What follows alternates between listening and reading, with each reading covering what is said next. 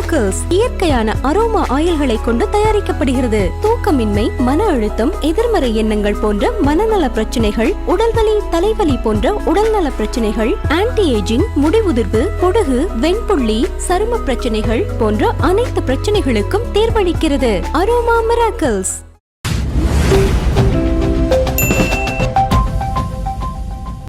ஜனநாயகன் படம் வந்து மே 28ஆம் தேதி போல் ரிலீஸ் ஆகுதுன்னு சொல்லிட்டு ஒரு செய்தி பார்த்துருந்தோம் சார். ஆனால் அதுக்கான அந்த வேலைகள்லாம் எதுவுமே நடக்கிற மாதிரியே தெரியல. மே 28 வந்து ஜனநாயகன் படம் வந்து ரிலீஸ் ஆகிறதுக்கான வாய்ப்பு இருக்கா? 100% இல்லை, அதுதான் உண்மை. நான் இன்னைக்கு கூட அந்த கேவியின் தரப்பில் பேசினேன். ஓகே, என்ன காரணம், நேற்று பார்த்தீங்கன்னா கேவியினுடைய சோஷியல் மீடியா பேஜில் வந்து இன்னைக்கு வந்து ஒரு முக்கியமான அறிவிப்பு ஒன்று விட போகிறோங்கிற மாதிரி வந்திருந்தது.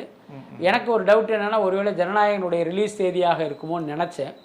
அதுக்கப்புறம் விசாரிக்கும் போது தான் தெரிஞ்சது, சிரஞ்சீவியை வைத்து அந்த நிறுவனம் வந்து ஒரு படம் தயாரிக்கிறாங்க. அதனுடைய அறிவிப்புக்கான செய்தி தான் அது. அவர்களை பொறுத்த வரைக்கும் இன்றைக்கு நடந்த அந்த சிரஞ்சீவி பட துவக்க விழாவை பெரிய அளவில் பிரம்மாண்டமாக நடத்தியிருக்காங்க. அதனுடைய ஏற்பாட்டில் தான் அவங்க முழு கவனமுமே இருக்குது. அதனால் ஜனநாயகனை பொறுத்த வரைக்கும் அவங்களுடைய மைண்ட்லேயே இல்லை. நம்ம ஏற்கனவே பல பேட்டிகளில் சொன்னது தான், விஜய் அவர்களுடைய பிறந்த நாள் ஜூன் மாதம் வருது. அதை முன்னிட்டு 18ஆம் தேதி அந்த படத்தை கொண்டு வருவதற்கு வாய்ப்பு இருக்குது. ஜூன் 18ஆ சார்? ஜூன் 18. இல்லை சார், இப்போ எப்பவுமே வந்து ஜனநாயகன் படம் வந்து இந்த டேட் வந்து அனௌன்ஸ்மெண்ட் பண்ணுறாங்க, அது வந்து தள்ளி போயிடுது. இதே நிலைமை தான் தொடர்ந்து நீடிச்சுட்டு இருக்கு சார். ஜனவரி மாதத்துலேருந்து இப்போ ஜூன் மாதம் வரைக்கும் வந்துடுச்சு. ஜூனும் ரிலீஸ் ஆகாத ஒரு வாய்ப்பு இருக்குன்னு வந்து சொல்கிறாங்களே சார். அதாவது நல்லா கேட்டுங்க, இது எல்லாமே நம்முடைய யூகங்கள் தான். இத்தனாம் தேதி வரலைன்னா இந்த படம் இத்தனாம் தேதி வரும். இன்னொன்று, விஜய் அவர்களுடைய பிறந்த நாள் ஜூன் 22. அவர் முதலமைச்சர் நாற்காலியில் இன்னைக்கு அமர்ந்திருக்காரு. அப்போ அது வந்து ஒரு பெரிய கொண்டாட்டமாக மாறும். ஸோ அதை முன்னிட்டு இந்த படத்தை கொண்டு வரணும். இது அவருடைய கடைசி படம். அவருடைய பிறந்த நாளில் கொண்டு வந்தால் அது இன்னும் டபுள் ட்ரீட்டாக இருக்குமேங்கிற அடிப்படையில் அப்படி ஒரு முயற்சி நடக்குதுன்னு தான் நம்ம சொன்னோம். எல்லாத்துக்கும் மேலே இன்னும் சென்சார் சான்றிதழ் அவங்க கைக்கு கிடைக்கல. அது கிடைத்தால்தான் உங்களுக்கு பட ரிலீஸ் குறித்து அவர்களாலேயே உறுதியாக சொல்ல முடியும். அதனால் இந்த கட்டத்தில் வருகிற செய்திகள் எல்லாமே யூகங்கள் தான், நாம் சொல்கிற தகவல் உட்பட. Okay okay sir. இப்போ ஆக்சுவலாக விஜய் சாரும் ஜனநாயகன் படத்தை வந்து பெருசாக கண்டுக்கிறது சார். அந்த சிஎம் ஒர்க்கில் வந்து ரொம்பவே பிஸியாக இருக்கார். இப்போ அதே மாதிரி ஜனநாயகன் ப்ரொடக்ஷன் டீமே வந்து இது பெருசாக வந்து கண்டுக்கிறது இல்லை சார். ஃபேன்ஸ் மட்டும்தான் அங்கங்கே இந்த படம் வந்து வந்தே ஆகணும்னு சொல்லிட்டு சில அந்த கோரிக்கைகள்லாம் வைக்கிறத வந்து நம்மளால் பார்க்க முடியுது சார். முன்னாடி வந்து விஜய் சார் அவர்கள் வந்து ஒரு சாதா நடிகராக இருந்தார். இப்போ வந்து ஒரு அரசியல் கட்சியோட தலைவராக இருக்கார். அது மட்டும் இல்லாமல் தமிழ்நாட்டோட முதலமைச்சராக இருக்கார். அப்படி இருந்தும் இந்த படத்துக்கான இந்த சென்சார் கிடைக்கிறதே இவ்வளோ பிரச்சனை பண்ணுறாங்க சார். இல்லை, அதுதான் அந்த படத்துக்கு பிரச்சனை என்பது அந்த படத்தில் உள்ள கண்டென்ட்டுக்காக கிடையாது. அதை முதல்ல நம்ம புரிஞ்சுக்கணும். எல்லாத்துக்கும் மேலே ஜனநாயகன் படம் திருட்டுத்தனமாக வெளியிடப்பட்டு பல பேர் அந்த படத்தை பார்த்துட்டாங்க. ஸோ அப்படி பார்த்தவர்கள் அடித்த கமெண்ட் என்னன்னா, இந்த படத்தில் ஒன்றுமே இல்லையே, எதுக்கு இந்த படத்தை சென்சார் வந்து இப்படி முடக்கி வச்சுருக்காங்க அப்படிங்கிறது தான் பல பேருடைய கேள்வியாக இருக்குது. இதை வந்து நான் பல மாதமாக சொல்லிகிட்டு இருக்கேன். ஏன்னா உள்ளுக்குள்ள அந்த தயாரிப்பு நிறுவனத்தில் பல நண்பர்கள் இருக்காங்க. அவர்கள் சொன்ன தகவலின் அடிப்படையில் படத்தில் எந்த பிரச்சனையும் இல்லை. விஜய் என்கிற அந்த நடிகர் மீதான பிரச்சனை தான். அவர் அரசியலுக்கு வர்றது பாஜகவுக்கு உடன்பாடு இல்லை. அவரை தன்னுடைய கைப்பாவையாக மாற்றும் முயற்சி ஃப்ளாப் ஆயிடுச்சு. அப்போ அவருக்கு ஒரு மன உளைச்சலை கொடுக்கணுங்கிற காரணத்துக்காக தான் அந்த படத்தையே வந்து அவங்க இந்த அளவுக்கு முடக்கி போட்டு வச்சுருக்காங்க. நம்ம தொடர்ந்து சொல்லிக்கிட்டு இருக்கோம். அதுதான் இன்றைக்கு பலருடைய கருத்தாகவும் அது இருக்குது. ஸோ இப்போ விஜயை பொறுத்த வரைக்கும் பார்த்தீங்கன்னா, தேர்தலில் நின்று வெற்றி அடைந்து இன்னைக்கு முதலமைச்சராகவும் ஆயிட்டார். இன்னமும் கூட அவர்கள் அந்த சான்றிதழை கொடுக்காமல் இருப்பது அப்படிங்கிறது ஒரு மிகப்பெரிய ஜனநாயக விரோத செயல் தான் அது.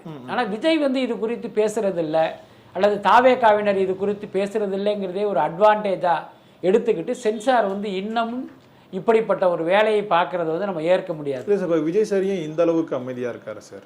இல்லை, அவர் ஓன் ப்ரொடக்ஷனாக இருந்தால் இந்த மாதிரி அமைதியாக இருந்திருப்பாரான்னு சொல்லிட்டு மக்கள்கிட்டே இந்த பேசுறது நம்மளால பார்க்க முடியுது. இல்லை, அது ஒரு நியாயமான கேள்வி தான். பட் அதே நேரம் விஜய் அவர்களுடைய எண்ணம் என்ன அப்படின்னா, ஜனநாயகன் படத்துக்கான தடை அது முடக்கப்பட்டது அப்படிங்கிறது ஒரு நடிகர் விஜயுடைய பிரச்சனை. அதை நம்ம அரசியலாக்கி அதை ஒரு பெரிய சமூக பிரச்சனையா, தமிழ்நாட்டின் பிரச்சனையா அதை மாற்ற வேணான்னு நினைக்கிறார். அதனால தான் அந்த விஷயத்தை அவர் பெரிய அளவில் கையில் எடுக்கலை. நீங்கள் யோசிச்சு பாருங்க, விஜய் சென்ற இடமெல்லாம் இந்த ஜனநாயகன் குறித்து அவர் பேசியிருந்தா அது இன்னும் ஒரு பெரிய இம்பாக்ட் ஆகியிருக்கும். அந்த 108ங்கிறது 128 கூட வெற்றியை கிடைப்பதற்கு வாய்ப்பாக அமைஞ்சிருக்கும். ஆனால் விஜய் அவர்களை பொறுத்த வரைக்கும் இந்த விஷயத்தை வந்து அவர் கையில் எடுக்கவே இல்லை. ஏன்னா இது வந்து நம்ம பிரச்சனை, இதை நம்ம அப்புறமா பார்த்துக்கலாம், இதை மக்கள்கிட்ட எடுத்துகிட்டு போவேணான்னு அவர் நினச்சார். அதை மீறி போகிற போக்கில் சில இடங்கள்ல அப்படி ஒரு 1-2 வார்த்தைகள் சொல்லிட்டு கடந்து போயிருக்காருங்கிறதே மறுக்க முடியாது. ஆனால் இவரை பொறுத்த வரைக்கும் இந்த விஷயத்தை நம்ம அரசியலாக்க வேணாம்னு நினைக்கிறார். Okay okay sir. இப்போ இந்த படம் வந்து எப்போ ரிலீஸ் ஆகுறது வந்து தெரியாது சார். ஆனால் இந்த படம் எப்போ ரிலீஸ் ஆனாலுமே வந்து இந்த படம் ஒரு நஷ்டத்தில் தான் வந்து ரிலீஸ் ஆகுதுன்னு வந்து சொல்கிறாங்க. இதுக்காக தான் விஜய் சார் வந்து ஒரு படம் நடித்து கொடுக்குறதா அந்த செய்திகள்லாம் நம்ம கேள்விப்பட்டோம் சார். இப்போ வந்து சிஎம் ஆகிட்டார் தமிழ்நாட்டுக்கு, இதுக்கப்புறம் படம் நடிக்கிறதுக்கான அந்த வாய்ப்புகள் வந்து இருக்கா? நிச்சயமாக இல்லை. ஏன்னா அவர் தேர்தலில் போட்டியிட்டு தாவேகாவுக்கு வந்து ஆட்சி அமைக்கிற வாய்ப்பு இல்லாமல் விஜய் வெறும் எம்எல்ஏவாக மட்டும் இருந்திருந்தால் இப்போ நீங்கள் சொல்கிற மாதிரி கண்டிப்பாக அவர் மீண்டும் சினிமாவுக்கு வந்திருப்பார். அதில் மாற்றமே இல்லை. நான் அதை ரொம்ப உறுதியாக நம்புகிறேன். ரொம்ப வெளிப்படையாக சொல்லணும்னா இப்போ கேவிஎன் ஜனநாயகனை தயாரித்த தயாரிப்பாளருக்கு ஏற்பட்ட நஷ்டத்துக்காக அதை ஈடுகட்டுவதற்காக ஒரு படம் கூட அவர் நடித்து கொடுப்பதற்கெல்லாம் வாய்ப்பு உண்டு. ஆனால் இப்போ என்னன்னா இன்றைக்கு அவர் முதலமைச்சர் ஆகிட்டார். அதனால் கண்டிப்பாக மீண்டும் அவர் படம் நடிப்பதற்கு வாய்ப்புங்கிறது ரொம்ப ரொம்ப குறைவு. அதற்கான குறைவு கூட இல்லை அப்படின்னு தான் நான் நினைக்கிறேன். சார் இப்போ இந்த கேவிஎன் ப்ரொடக்ஷன் வந்து எந்த அளவுக்கு சார் ஒரு நஷ்டம் வந்து இருக்கும்? அதாவது நம்ம ஏற்கனவே சொன்னது தான், ஒரு 350 கோடி செலவு பண்ணாங்க, ஒரு 500 கோடி வரைக்கும் அவங்க பிஸ்னஸ் பண்ணாங்க. ஆனால் இப்போ என்னாச்சு அப்படின்னா இந்த படம் டிலே ஆனதுனால படத்தை வாங்கினவங்க எல்லாமே அந்த அக்ரிமெண்ட்டை கேன்சல் பண்ணிட்டாங்க. இப்போ உதாரணத்துக்கு ஒரு 120 கோடிக்கு அந்த படத்தினுடைய டிஜிட்டலை வாங்கினவங்க இப்போ வேணான்னு சொல்லிட்டாங்க. இப்போ படம் டிலே ஆகிடுச்சு, படம் கண்டென்ட்டு வெளியாகிடுச்சு. இப்போ அதே 120 கோடி கிடைக்குமானா கிடைக்காது. அப்போ என்னன்னா நான் ஒரு 50 கோடி தர்றேன்பாங்க. இப்போ இதில் ஒரு 70 கோடி நஷ்டம். தியேட்டர்கள் பார்த்தீங்கன்னா தமிழ்நாடை பொறுத்த வரைக்கும் ஒரு 108 கோடி 103 கோடிக்கு வாங்கினாங்க.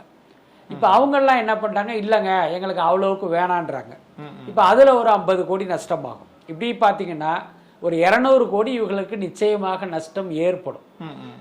உத்தேசமாக நம்ம சொல்கிறோம். அப்போ அது வந்து அவருக்கு நஷ்டம் தானே. இப்போ படம் வந்து ஒரு பெரிய வெற்றி அடைந்து மிகப்பெரிய வசூலை குவித்தால் இந்த நஷ்டம் அப்படிங்கிறது ஓரளவுக்கு அவங்களுக்கு ஒரு பிரேக் ஈவனாக மாறும். இல்லை சார், இப்போ இந்த நஷ்டத்தை ஈடுகட்டுறது தான் விஜய் சார் வந்து தன்னோட சம்பளத்தை வந்து மொத்தமாக விட்டு கொடுக்குறாரு அப்படின்னு கேள்விப்பட்டோம். அது உண்மைதானா சார்? அது மொத்தமாக விட்டு கொடுப்பதற்கு வாய்ப்பு இல்லை. என்ன காரணம், 220 கோடியில் அவர் பெரும்பகுதியை வாங்கிட்டாரு. இன்னும் பார்த்தீங்கன்னா ஒரு குறிப்பிட்ட சதவீத சம்பளம் அவருக்கு பாக்கியாக இருக்கு. அந்த சம்பளம்ங்கிறது பார்த்தீங்கன்னா இந்த டிஜிட்டல் வித்து அதனுடைய பேமெண்ட்லேருந்து அவருக்கு கொடுக்கறதாகத்தான் ஏற்பாடு. இப்போ டிஜிட்டலுடைய அக்ரிமெண்ட்டே கேன்சல் ஆயிடுச்சு. அதனால எனக்கு தெரிந்து அந்த வரவேண்டிய பாக்கி தொகையை வேணா ரைட் ஆஃப் பண்ணலாம். நான் ஏற்கனவே வாங்கினதையும் திருப்பி கொடுத்துட்றேன் அப்படின்னா அவருடைய மொத்த உழைப்புமே வேஸ்ட் ஆகிடுவேன். எனக்கு தெரிஞ்சு அப்படி செய்வதற்கு வாய்ப்பு இல்லை.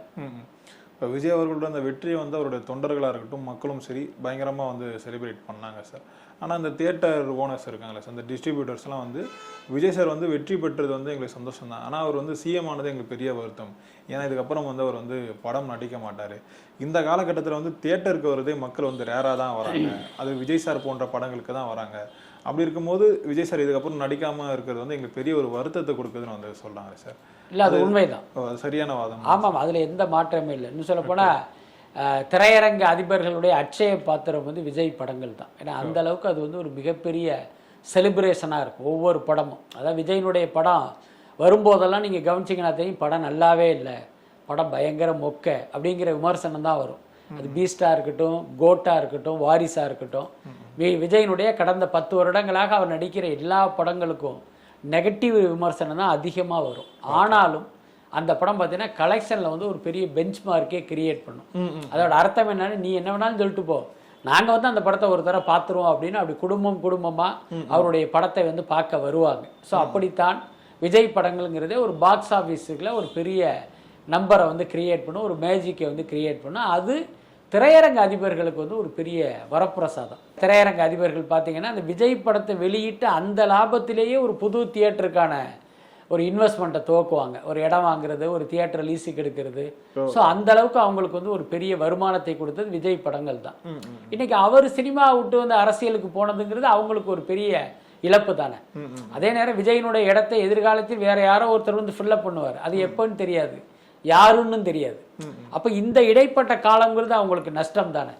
அதனால தியேட்டர் அதிபர்களை பொறுத்த வரைக்கும் விஜய் அரசியலில் அடைந்த வெற்றி மற்ற எல்லாரையும் சந்தோஷப்பட வைத்திருக்கும், இவர்களை மட்டும் வருத்தப்பட வைத்திருக்குங்கிறது தான் உண்மை. இப்போ எப்பவுமே விஜய் சாரோட படம் வந்து ரிலீஸ் ஆகுதுன்னா அவ்வளோ ஈஸியாக வந்து ரிலீஸ் ஆகிடுது சார். அந்த படத்துக்கு முன்னாடி நிறைய பிரச்சனைகளை வந்து சந்திக்கும். அதே மாதிரி தான் ஜனநாயகன் படமும் வந்து பெரிய பிரச்சனைகள்லாம் வந்து சந்திச்சிருக்கு சார். அதே மாதிரி படம் ரிலீஸ் ஆனால் அந்த நெகட்டிவ் ரிவ்யூஸ் இப்போ நீங்கள் சொன்ன மாதிரி வந்து நிறைய வந்து கொடுப்பாங்க சார். இந்த படம் ஏற்கனவே வந்து நிறைய பேர் வந்து பார்த்துட்டாங்க, நெகட்டிவ் ரிவ்யூஸ் வந்து கொடுத்துறாங்க. அப்படி இருக்கும்போது இந்த படம் எப்படி சார் ஒரு பெரிய வசூல் வந்து அடையும்?